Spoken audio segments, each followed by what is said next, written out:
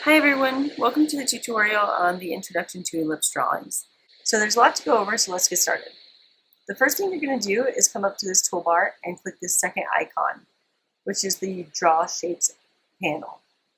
You should get a panel that pops up like this, and you'll notice that there's two different options, ellipse and 5-point ellipse. This particular tutorial will be going over this ellipse drawing.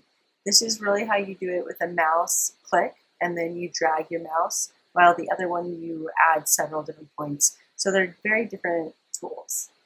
We'll be going over this one. You're going to click there, and now it's pretty easy. You just click your screen and then draw in the direction that you want to create your ellipse.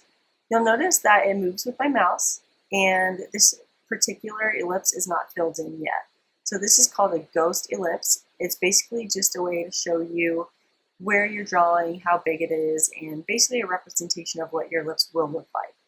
So we're going to click again, and now you can see our ellipse is filled in.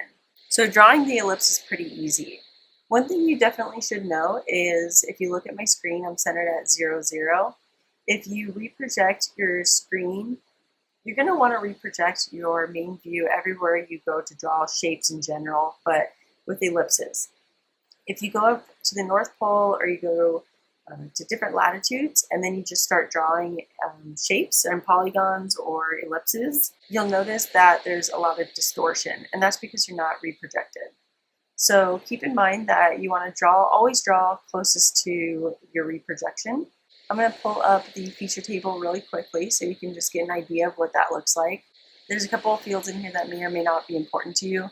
Your rotation angle is basically the angle of your ellipse, and you have an aspect ratio that's added as well.